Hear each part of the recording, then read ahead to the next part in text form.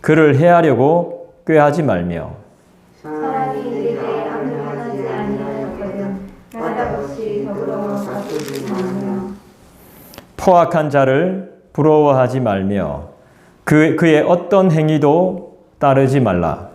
대저 폐역한 자는 여호와께서 미워하시나 정직한 자에게는 그의 고통하심이 있으며 악인의 집에는 여호와의 저주가 있거니와 의인의 집에는 복이 있느니라. 진실로 그는 거만한 자를 비우시며 겸손한 자에게 은혜를 베푸시나니. 같이 읽을까요? 지혜로운 자는 영광을 기업으로 받거니와 미련한 자의 영달함은 수치가 되느니라. 아멘. 십계명 같지 않습니까? 오늘 말씀이. 저는 잠언 말씀을 대할 때마다 깜짝깜짝 놀랍니다. 제가 참 교만했구나 하는 생각이 많이 들어요. 수요 예배는 이제 이사야를 끝냈어요. 이사야를 끝내고 뭘 할까 고민을 많이 했거든요. 그래서 교리를 할까 이런 생각을 했었어요. 근데 교리를 하면 알아들을 수 있으시겠나? 우리가 소요리 문답을 36문까지 했는데 주일날 기억이 잘 안 나죠. 그래서 과연 알아들을 수 있겠나? 이런 생각을 했어요. 그래서 제일 쉬운 성경이 잠언이겠지 이렇게 생각하고 수요일날 시작했거든요. 근데 제가 잠언의 말씀을 1장을 읽으면서 그 교만한 마음이 많이 깨졌어요. 그리고 회개를 많이 했어요. 수요일날 참석하시는 분이 이제 많이 연로하신 분들이 많다 보니까 쉽게 해야 되겠다 이렇게 생각했는데 잠언 말씀이 결코 쉬운 말씀이 아니었습니다. 오늘도 보십시오. 읽기에는 쉬워도 실천하기에는 굉장히 어려운 말씀이 오늘 우리에게 있습니다. 누군가 이런 말을 했어요. 입 끝의 말은 입 끝의 말. 입 끝의 말은 좋은 말이 많죠. 만약에 예를 들어서 사랑합니다. 입술의 말은 많아요. 입술의 말은. 근데 진짜 참 사랑은요. 손끝에서 나온대요. 손끝. 입 끝에서 나오는 게 아니라 손끝. 그래서 우리가 항상 보면 이런 말 하잖아요. 생일 축하해요 하면 말로만 이렇게 하잖아. 그죠? 축하해요, 사랑해요, 말로만 이런단 말이지. 그게 왜 그렇겠습니까? 입으로 내뱉는 건 쉽지만 손으로 행하는 건 어렵거든요. 27절을 여러분 다시 한번 읽어주시죠. 다시 한번 읽어볼까요? 시작. 내 손이 선을 베풀 있거든. 예, 보십시오. 네 손이 베풀 힘이 있거든 어떻게 하라 그랬습니까? 아끼지 말라 그랬죠. 예, 아끼지 말라. 아깝잖아요. 아까워. 다 아깝죠. 쉽지 않아요. 아까워. 절약하는 게 나쁘다는 게 아니고 아깝다는 것이죠. 그리고 쉽지 않다는 뜻이죠. 27절부터 31절은 인간인 우리에게 하나님이 원하시는 것을 말씀하고 있고요. 32절부터 35절까지는 하나님이 어떤 분이신지, 하나님이 어떤 사람을 사랑하시는지, 어떤 자에게 복을 주시는지, 어떤 자에게 저주를 하시는지 하나님이 분명히 가르쳐줘요. 27절에 보시면 도움을 주고받는 것은 참 아름다운 것이죠. 베풀 힘이 있을 때 할 수 있는 게 좋은 겁니다. 정말 좋은 거죠. 하나님이 기뻐하시는 것이기도 하고요. 형편이 어려운 것을 뻔히 아는데 도와달라고 말하기 전에 돕는 것이 가장 현명한 방법이겠죠. 요즘은 다 어렵습니다. 누구는 괜찮고 누구는 더 힘들고가 없이 다 힘들어요. 비단 이게 물질의 문제만 말하는 것이 아니라고 저는 생각해요. 마음이 힘든 사람, 생각이 복잡한 사람, 삶이 괴로운 사람들이 너무 많죠. 이런 사람들에게까지 베풀기를 어떻게 해야 된다? 아끼지 말아야 한다. 전도할 때도 보니까요. 그냥 기도해 준다고 하니까 전도가 되는 게 아니었어요. 예수님 믿으세요 한다고 매번 예수님 믿으세요, 믿으세요, 믿으세요 한다고 해서 그 사람이 마음을 열고 예수님을 믿는 게 아니었어요. 제가 예화집을 한번 봤는데요. 어떤 목사님이 전쟁터에 갔어요. 전쟁터에 가면 항상 부상자가 많죠? 군인들이 수용해 있는 병원에 갔습니다. 거기서 이제 보통 종교 지도자들은 그분들을 위로하고 그분들이 잘 치료받을 수 있도록 기도해 주잖아요. 가서 기도해 주겠다고 했어요. 부상자한테. 눈을 잃은 사람한테. 그래서 기도해 준다고 하니까 그 사람이 먼저 무슨 말을 했냐 하면 물 좀 달라고. 그 사람한테 진짜 필요한 건 물이에요. 물. 물을 먹였어요. 그 다음에 기도해 주겠습니다 했더니 누구신지는 잘 모르겠지만 너무 춥습니다. 이불 좀 갖다 달라고 했더니 목사님이 자기 겉옷을 벗어서 줬어요. 사람의 체온이 있으니까 따뜻할 거 아닙니까? 따뜻하다. 누구신가요? 이래 물었어요. 네, 저는 여러분들을 위해서 기도하러 온 목사입니다. 이렇게 이야기했어요. 그랬더니 그제서야 목사님이시군요. 제가 살아서 돌아갈 수 있게 기도해 주세요. 자, 과정이 필요한 거예요. 과정이. 어떤 과정이 있었죠? 물을 줘야 되고 따뜻하게 해주고 그 다음에 기도가 들어가는 거죠. 추워 죽겠는데 배고파 죽겠는데 기도해 준다고 붙들어 놓고 좋은 말씀 이야기해 준다고 복음 이야기한다고 막 마음이 안 열리는 거죠. 길 가던 사람 붙들어 놓고 바빠 죽겠는데 지금 빨리 뭘 주고 보내든지 뭘 해야 되는데 붙들어 놓고 그렇게 한다고 해서 되는 게 아니죠. 우리 교회를 스치고 지나갔던 사람들이 생각났어요. 왜 그 사람들이 갔고 그 사람들이 왜 떠났을까? 처음에 한편으로는 저는 이런 생각도 했거든요. 믿음이 없어서 그렇지. 하나님을 예배하려고 하는 마음이 없어서 그렇지. 그것도 맞겠죠. 근데 이 과정이 나름대로 필요했던 거죠. 배고팠는데 그냥 보낸 거예요. 물이 필요했는데 그냥 보낸 거예요. 그랬던 부분들이 분명히 있을 겁니다.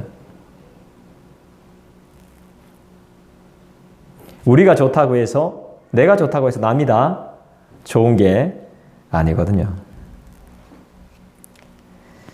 마음이 힘들고 생각이 괴롭고 삶이 복잡하면 이 모든 것들이 쌓이고 쌓이면 문제라는 것이 발생하거든요. 힘들고 어렵고 괴로우면 이게 계속 쌓이면요. 문제라는 게 발생해요. 뭘로 나타나는지 아세요? 분노로 나타납니다. 분노. 비판적인 마음들이 나타나요. 계속 어렵잖아요. 계속 힘들잖아요.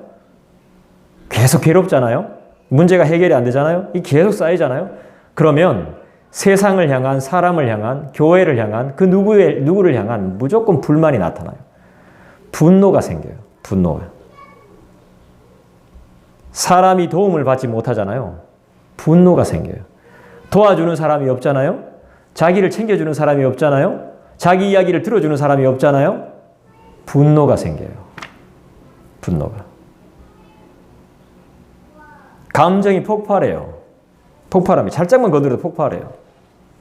화평이 깨어져요. 관계에 금이 가기 시작해요. 그래서 인간사는 물질뿐만이 아니라 정신도 힘이 있어야 돼요. 정신도. 요즘 보십시오. 정신이 온전하지 않은 사람 진짜 많습니다. 제가 교회와 집으로 오갈 때 걸어 다닙니다. 한 번 진짜 이상한 사람을 만나서 내가 깜짝 놀랐습니다. 예전 같았으면 그 사람 저한테 혼났을 거예요. 근데 저는 지금 조금만 흥분하면 옆구리가 아프거든요.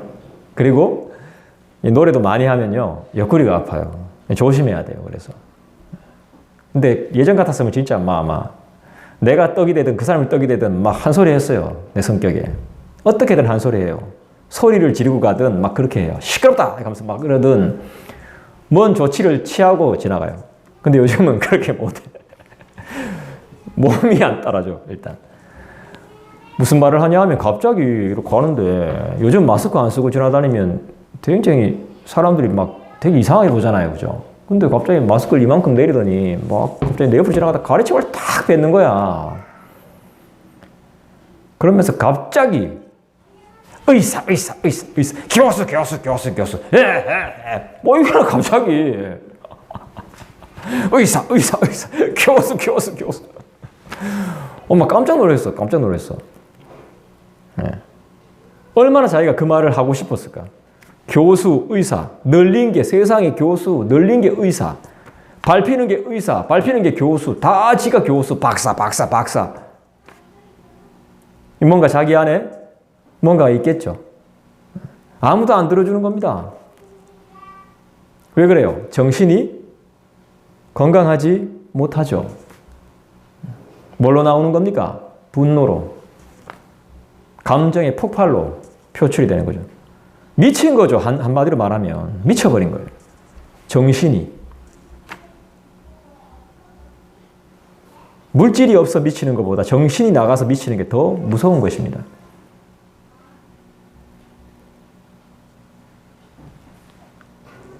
오히려 물질로 돕는 것이 진짜 편할지도 몰라요. 끝까지 불만을 들어주고 생각을 함께하고 시간을 나누고 공유하고 공감하는 것이 얼마나 어려운데요. 돈이 없는 것보다 더 서글픈 게 외로움이잖아요. 요즘 시대는 자기가 외로운 줄도 모르고 사는 시대이긴 하지만 참 대책 없는 시대이긴 하지만 하나님 없어도 되는 시대, 막장의 시대 아닙니까? 우리는 교회 안 가면 큰일 나는 줄 알았잖아. 근데 그렇지 않잖아요, 이제는. 사상 초유의 사태가 벌어진 거잖아요. 흑사병이 돌 때도 교회 안 나가는 거 그런 건 없었잖아. 근데 지금은 조그만 문제 생기면 교회 안 오잖아. 오지 마라 그러잖아. 아프면 오지 마라 그러잖아. 하나님도 관심을 두지 않는 시대. 정말 무서운 시대가 오고 있는 것이죠. 천천히 오는 것 같지만 정말 빠르게 오고 있습니다. 정말 무서운 시대가 옵니다. 정말 두렵고 우리 자녀들한테 미안한 시대. 너무너무 미안한 시대가 되어버렸습니다. 자, 내가 베풀 힘이 있을 때 남을 도와주는 거 좋은데 더 중요한 것이 있습니다. 여러분, 기도할 힘이 있을 때 기도하세요. 내가 하나님을 붙들 수 있는 힘이 있을 때, 기도할 수 있는 기회가 있을 때 그때 꼭 기도하시라고. 하나님을 예배할 때, 진짜 하나님을 예배하지 못할 때가 올 수도 있습니다. 내가 예배할 수 있을 때, 내가 찬송할 수 있을 때 그때를 더욱더 감사하면서 붙드세요. 할렐루야. 이런 부분도 우리는 깊이 고민해 봐야 되는 것입니다. 28절 볼까요? 28절 한번 읽어주시죠. 시작. 이웃에게 이르기를 갔다가 다시 오라. 내일 주겠노라 하지 말며. 자, 도움을 받으러 왔습니다. 도움을 받으러 왔는데 내일 줄게.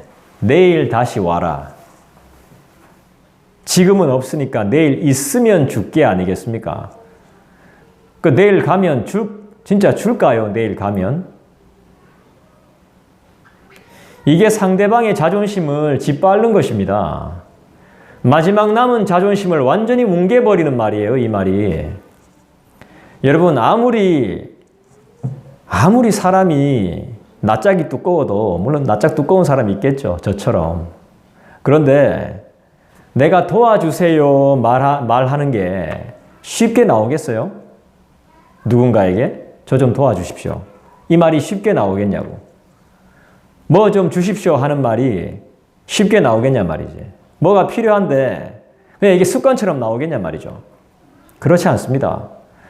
도움을 구하는 말을 한번 하기까지는 여러 가지 생각을 많이 합니다. 성격이 내성적인 사람은, 남한테 그런 말 잘 못하는 사람은, 자존심이 굉장히 센 사람은 몇 날 며칠 고민했을 수도 있죠. 근데 도와달라고 왔습니다. 근데 문전박대 당합니다. 마음이 어떨까요? 시험에 들게 하지 말라는 것입니다. 그러고 내일 줄게 하면 진짜 내일 줄까요? 지금 안 주면 내일 안 줍니다. 줄 마음이 없다는 것이죠. 그렇지 않을까? 줄 마음이 있으면 진작 줬죠. 내일 오라 소리 안 합니다. 근데 진짜 내일 뭐가 생긴다면, 더 좋은 것이 생긴다면 뭐 그럴 수도 있겠지만 거의 성경은 그렇지 않다고 말씀합니다. 줄 거면 미리 줘라. 이거는 없는 사람들에게도 포함이 되지만 또 일하는 노동자들에게도 해당되는 말씀입니다. 우리도 많이 당해봤던 거 아닙니까? 일 실컷 해주고 부도 내고 사장은 돈 다 챙기고 도망가고 종업원들은 한 푼도 못 건지고 임금이 몇 달씩 체불되고 이런 거 하지 말라는 겁니다. 이 당시에도 그런 게 있었는 모양이에요. 내 살 것만 딱 챙겨놓고 밑에 일하는 사람들, 종업원들 줄 돈이 아무것도 없는 거예요. 싹 가지고 튀어보는 거예요. 그러지 말라는 것입니다.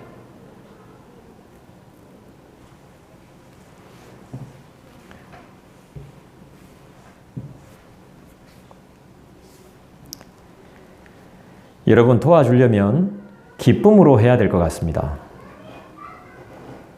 작지만 도움을 줄 수 있어서 기쁘고 행복하고 감사하다 이런 마음을 가져야 되겠습니다. 내일 와라, 다음 달에 다시 와라 훈련시킬 필요 없습니다. 우리는 그럴 자격이 없기 때문입니다. 29절 보겠습니다. 읽어볼까요? 시작. 내 이웃이 내 곁에서 평안히 살거든 그를 해하려고 꾀하지 말며. 해하려고 꾀하는 사람이 있는가 보죠. 근데 꾀하지 않아도 생각 없이 해하는 사람들도 있습니다. 결국에 사람의 말 한마디 때문인데요. 가만히 있으면 아무 일이 없는데 꼭 싸움을 만드는 사람이 있습니다. 누구는 할 말이 없어서 가만히 있겠습니까? 사람이 허물이 없는 사람이 어디 있습니까? 말하지 말고 그냥 가만히 있으면 아무 일도 일어나지 않는데 왜 그랬냐고 기어이 따집니다. 목숨에 위협이 없다면 그냥 가만히 있으라 이 말씀이죠. 괜히 말했다가 사이만 안 좋아질 뿐입니다. 그러니까 자기 일을 일단 먼저 잘 해야 되는 것이죠. 남의 일에 간섭하지 말고 자기 일 잘하면 되는 것이죠. 꼭 허물이 많은 사람이 보면 남 욕 잘하죠. 남 지적 잘합니다. 문제가 있다고 지적하고 평가하고 판단하죠. 가만히 놔두면 알아서 자기 할 일 잘 하는데 말입니다. 꼭 한 소리에서 힘 빠지게 만드는 사람들이 있습니다. 우리는 평안을 도모해야 되는 사람이죠. 우리를 의지하면서 사는 사람, 우리를 의지하면서 사는 사람에게 해를 끼치지 말아라 이렇게 말합니다. 우리 주위에 사는 사람. 30절 볼까요? 같이 읽습니다. 사람이 내게 악을 행하지 아니하였거든 더불어 다투지 말며. 실제로 다투는 사람이 있는 모양입니다. 이유 없이. 이유 없이 화내고 이유 없이 다툼을 하는 사람들이 있는 모양입니다. 여러분, 남을 돕는 것, 베푸는 것, 도와주는 것 다 좋은데요. 더 중요한 것이 있어요. 다투지 않는 거죠.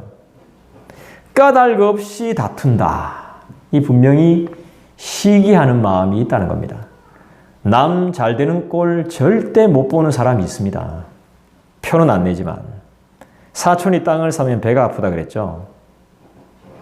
내 주위 사람이 나보다 잘 된다. 분명히 나보다 못했는데, 나보다 공부도 못했고 나보다 못났고 잘 살지도 못했는데 뭔가 잘 됐습니다. 그러면 분명히 시기하는 사람이 나타난다 이 말이겠죠.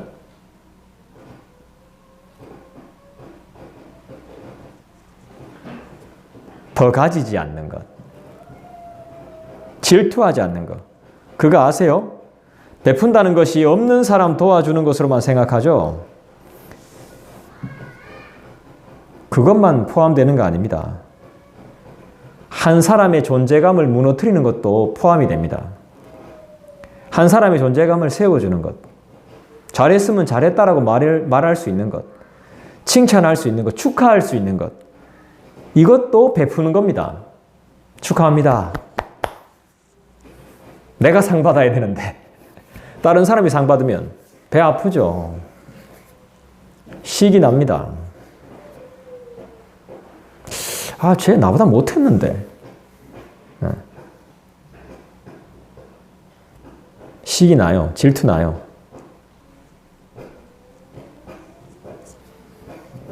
자존심을 건들지 않는 것도 선을 베푸는 것이라는 걸 알아야 됩니다. 사람이 좋아하는 게 있으면 정말 싫어하는 것도 있습니다.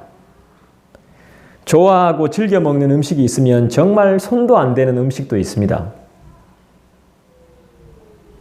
다투지 않는 것은 싫어하는 것을 하지 않는 겁니다.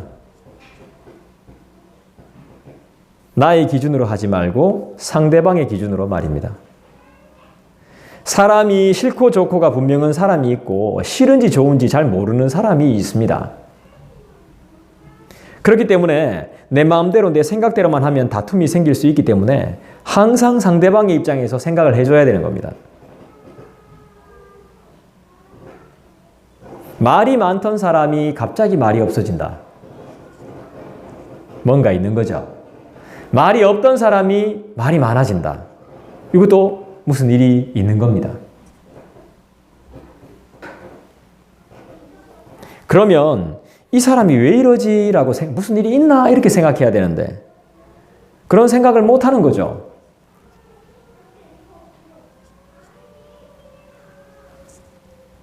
그냥 내 생각대로 생각하는 겁니다.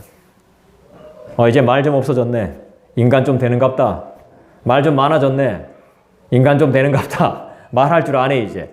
이렇게 생각하면 안 되고 뭔가 문제가 있구나. 뭔가 생각이 있구나. 이걸 알아야 되는 거예요. 눈치를 채야 되는 거예요. 물어봐야 되는 거예요. 무슨 일이 있냐고.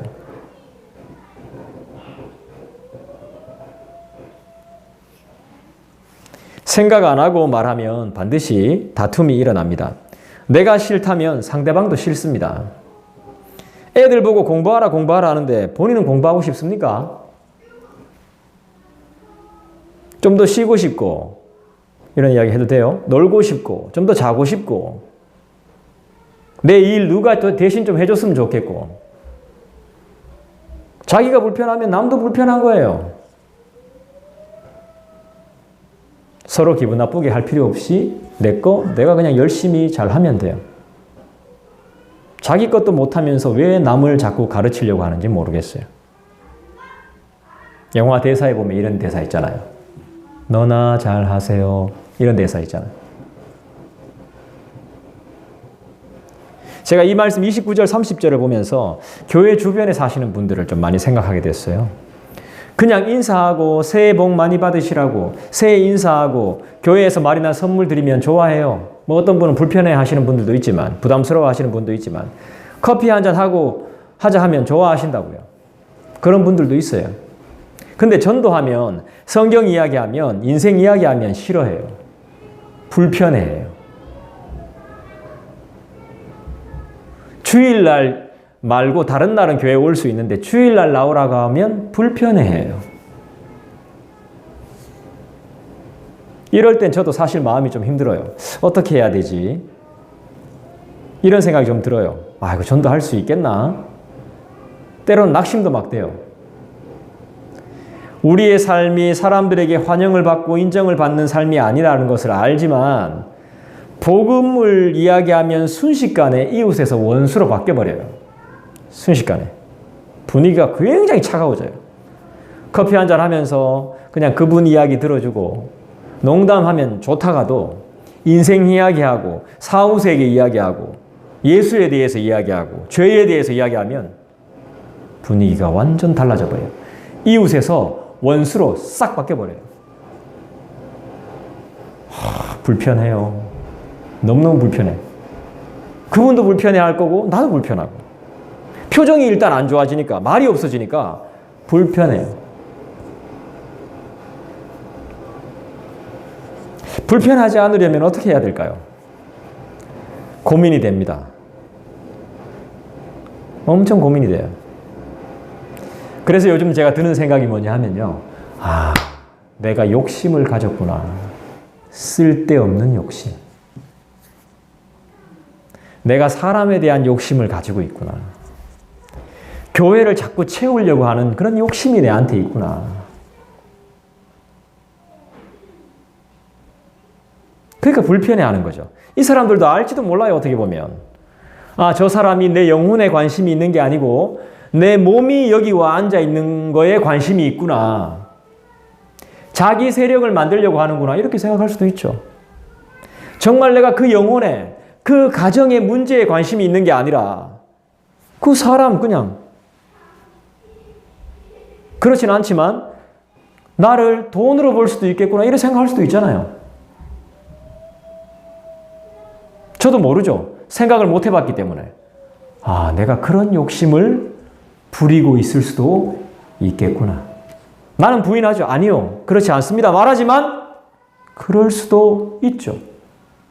그랬을 수도 있고.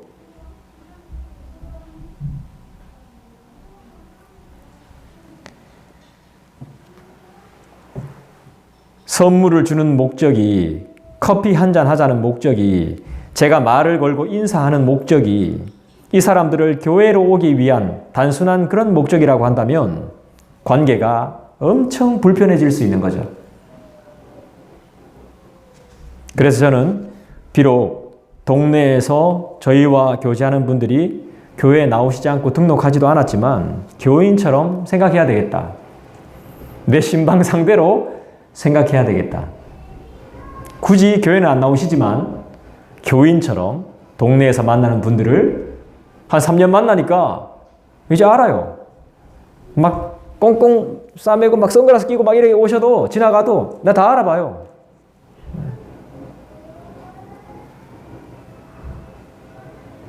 마주치면 아주 친절하게 인사하고 마음을 다해야 되겠다. 그리고 그 영혼을 위해서 기도해야 되겠다. 쓸데없는 욕심 부리지 말자. 이렇게 다짐을 했습니다. 이 마음이 영원히 오래가서 지역 주민들과 함께 예배할 수 있는 그날이 오기를 소원해 봅니다. 31절입니다. 포악한 자를 부러워하지 말며 그의 어떤 행위도 따르지 말라. 포악한 자의 그 행위 부러워하지 말고 그 어떤 행위도 따르지 말라. 포학자가 누구겠습니까? 포학자. 난폭한 사람만 포학자로 평가하는 게 아닙니다. 성경은. 폭력을 행하는 사람만 포학자라고 말하지 않습니다. 욕심이 많은 사람도 포학자라고 말하고 어떻게 해서 부자가 된 사람도 돈 좀 버는 사람도 수익을 낸 사람도 포학자라고 말합니다. 좋지 않은 방법으로 재물을 모은 사람, 좋지 않은 방법으로 뭔가를 가진 사람, 그리고 하나님이 없는 사람, 이걸 다 포학자라고 말합니다. 사람들 보면 이런 거 있잖아요. 아, 이거 해서 돈 좀 벌었다더라. 니도 그렇게 해봐라. 그래서 그렇게 합니다. 그런 거 성경은 하지 말라는 것입니다. 내가 일하고 있는 것보다 더 많이 버는 게 축복이 아니라고 말합니다. 성경은. 그게 축복이 아니라고. 내가 일해서 내가 먹는 것, 그게 복이라고. 저번에 우리가 예레미야 설교 때도 그렇게 했죠? 전쟁이 터지니까 매번 전쟁 터지고 포로로 잡혀가고 사람들이 다 농사 지은 거 다 뺏어가니까 내가 농사 지은 걸 먹는 것만으로도 그게 복이라고. 그게 정상이라고. 수확철 되면 다 뺏어가 버리니까 하나도 내가 남는 게 없어. 일만 하고 먹질 못하니까.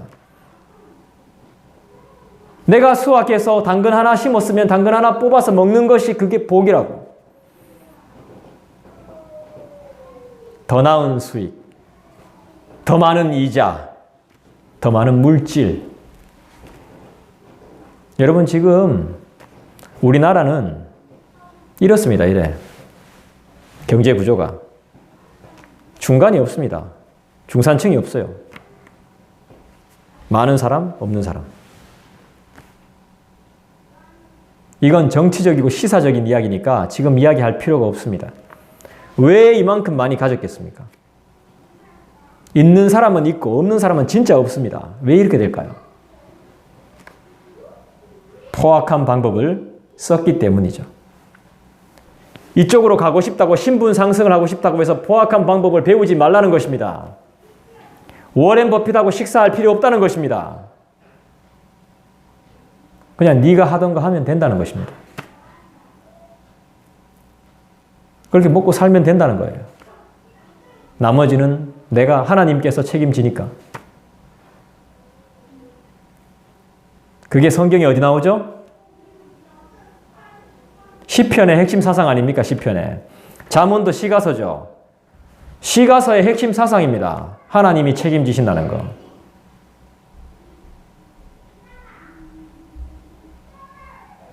그리고 보십시오. 모방 범죄. 이런 거 얼마나 많습니까? 유사 범죄.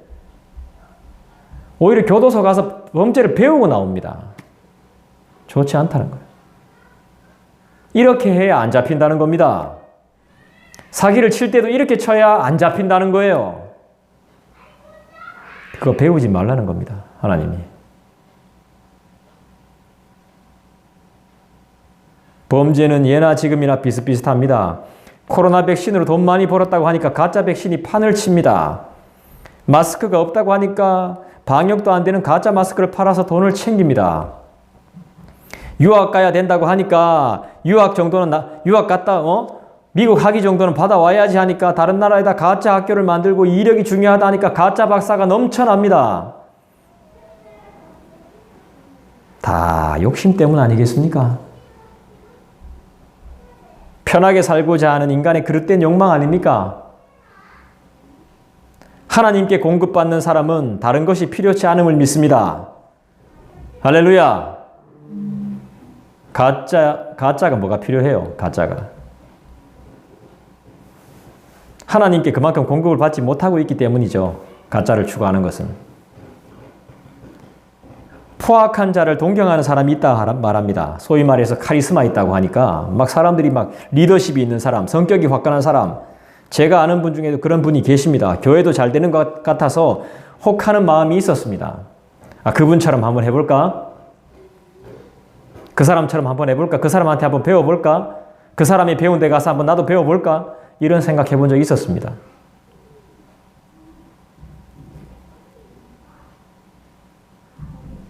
그릇이 안 되는데 뭐 그릇이. 비가 아무리 많이 쏟아지고 물이 아무리 넘쳐도요. 그릇이 뒤집혀져 있으면요. 그 안에는 물이 담길 수가 없어요. 내가 하나님이 주시는 그 비와 물을 내가 받아야 되는데 내가 그릇을 뒤집어 놓고 있는데 마음이 없는데 내가 하나님에 대한 열정과 마음이 없는데 뒤집어 놓고 있는데 어떻게 그 은혜가 이 안에 담길 수 있겠습니까? 다 튕겨나가지. 내 자신을 봐야지. 내 자신을. 내 자신 상태를 봐야지. 내가 여기 꽉 찬 영혼들을 내가 다 감당하겠어요? 응? 내가 그만큼 사랑이 많나? 내가? 영혼을 꿰뚫어 보나? 그런 능력이 있나? 내가 예수님을 닮았나? 이걸 내가 절실하게 확실하게 봐야 되는 거지.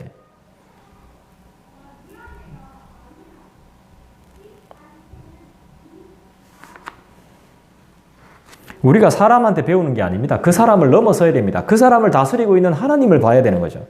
나는 왜 그게 잘 안 보였는지 모르겠어요. 그 사람만 보이고 그 안에 있는 그 위에 계시는 분이 안 보였어. 그래서 항상 이렇게 불평불만했다니까. 자기 것도 없으면서 말이야. 오래 겪어보니까 자기 게 없어. 내가 다 해줘야 돼. 응? 장이라고 하는 사람이 말이야. 자기 것도 없고 할 줄도 모르고 다 시키고 이렇게만 생각했다니까. 나도 보니까 내게 없어요. 나만의 고유한 것이 없는 거야. 하나님이 주신. 뭐 은사가 있어야 베풀지. 힘이 없는 거죠. 뭐 꼭 돈만 줘야 됩니까? 여러분들은 뭐 돈만 주실 거예요? 아니잖아. 잘 들어주는 은사, 위로하는 은사, 하나님 다 주셨잖아. 병을 낫게 하는 은사. 없는데 뭐 내한테. 아무것도 없는데.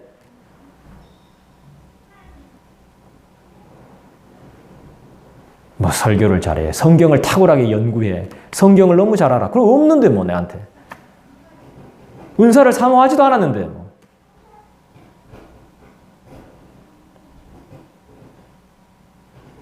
이제 조금 알게 되는 거죠. 아, 내 상태가 이랬구나. 그러니까 주님께 맡길 수밖에 없는 겁니다. 여호와께. 잠언 말씀을 대할 때마다 내 자신을 보는 겁니다. 아, 맞아. 그래, 문제는 다른 데 있는 것이 아니었어. 성경을 볼 때마다 내 안에 하나님이 없었구나. 이게 그분의 말씀인데 내가 성경을 가르치지 않고 설교문 만드는 데만 급급했구나.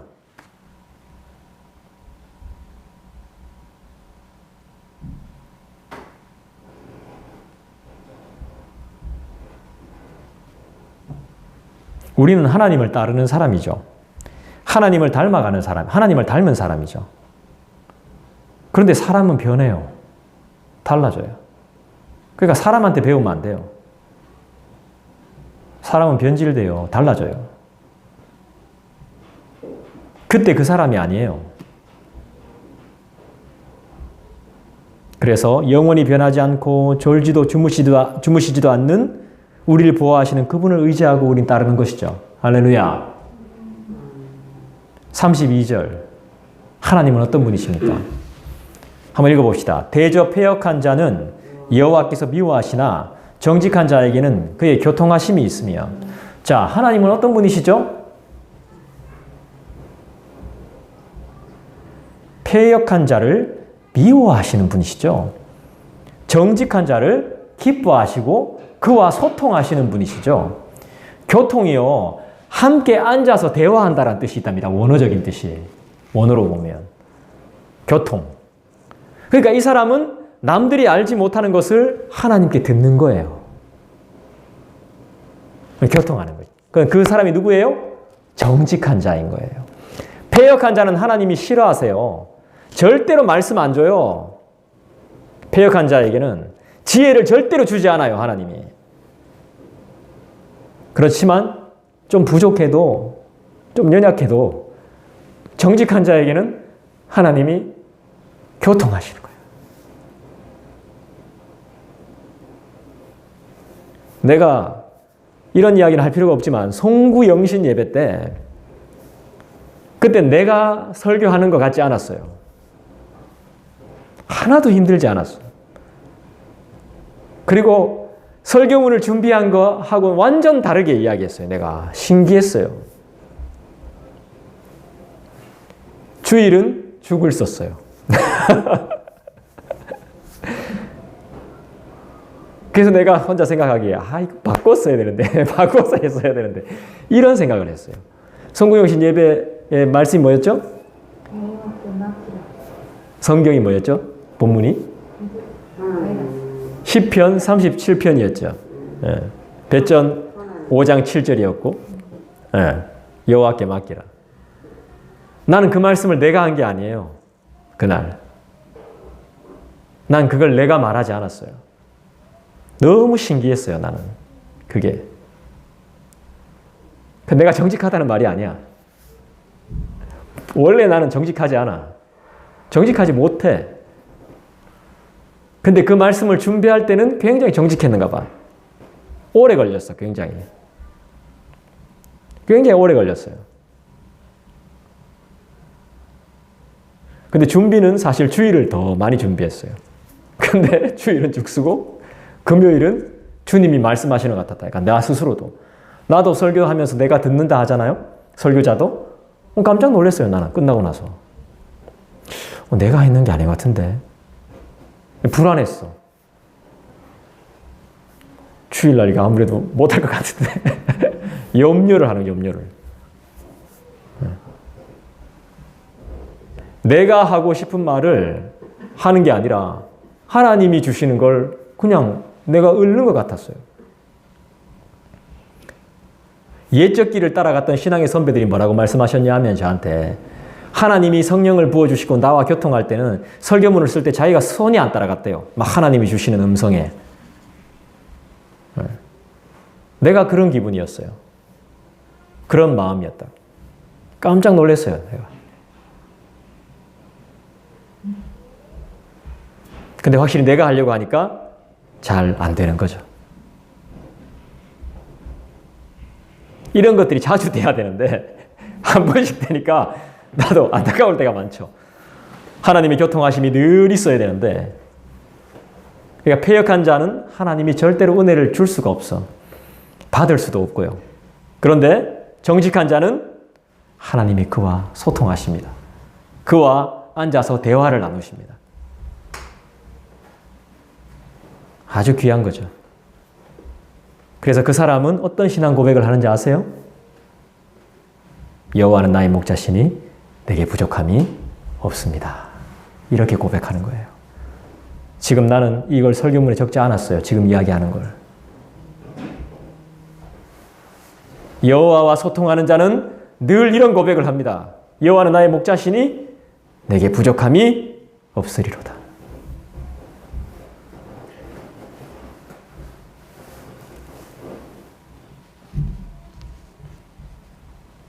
폐역이 뭐 따로 있겠습니까? 사람 구실 못하면 폐역한 거지.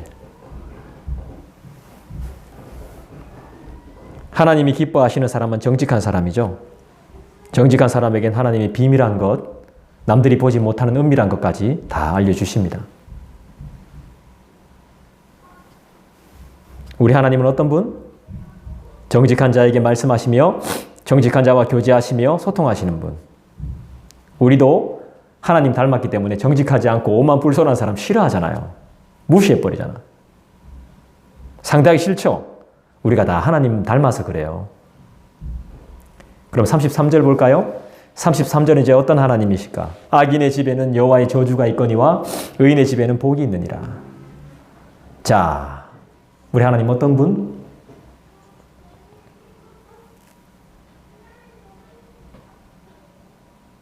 악인은 저주하시는 분. 악인은 절대 가만히 안 놔두시는 분이시죠. 그러면 뭐예요?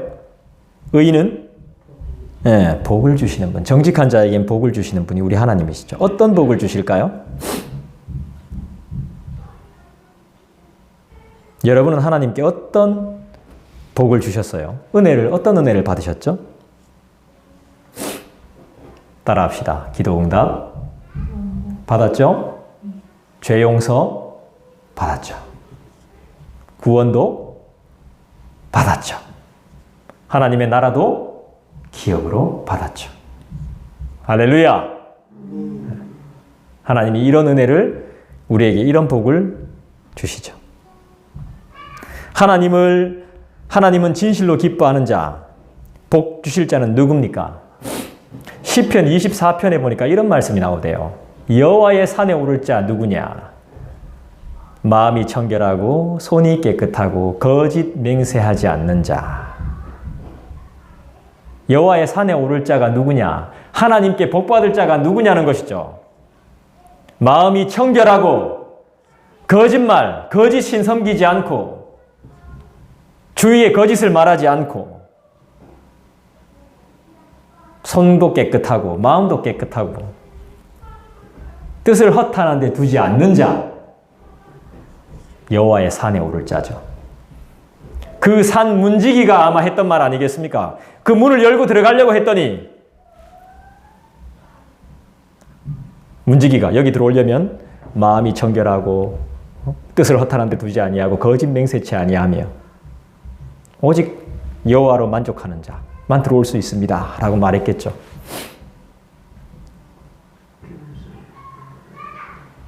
이 겸손이 뭡니까? 결국엔 겸손한 자라 하는데 겸손이 뭐예요?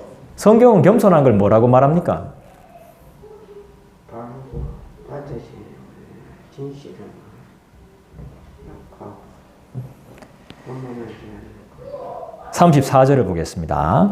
34절 읽어봅니다. 진실로 그는 거만한 자를 비웃으시며 겸손한 자에게 은혜를 베푸시나니. 하나님은 어떤 분이요?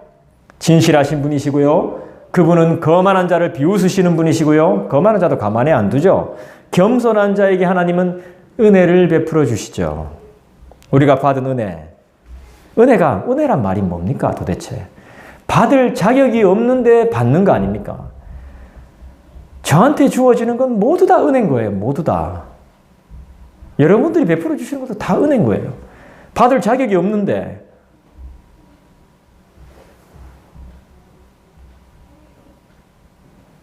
그죠? 하나님은 거만한 자는 절대 용서하지 않습니다. 겸손한 자에게 은혜를 베푸시는 분입니다. 나 아닌 상대방, 그 누가 됐든 남을 지적하는 자체가 얼마나 거만한 것입니까? 그게 잘 됐다, 잘못됐다. 지적하는 것 자체가. 거만한 거죠. 하나님은 기뻐하시지 않죠.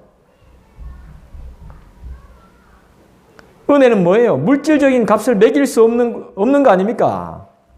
정말 큰 것이 바로 은혜지, 은혜.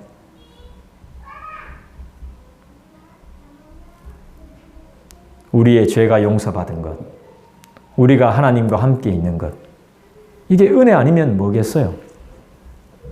잠언은 보통 책이 아니에요. 나를 가르쳐주는 책, 내가 어떤 존재였는지, 그리고 하나님이 어떤 분이신지를 확실하게 가르쳐줘요.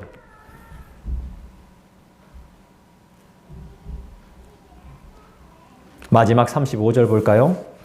지혜로운 자는 영광을 기업으로 받거니와 미련한 자의 영달함은 수치가 되느니라.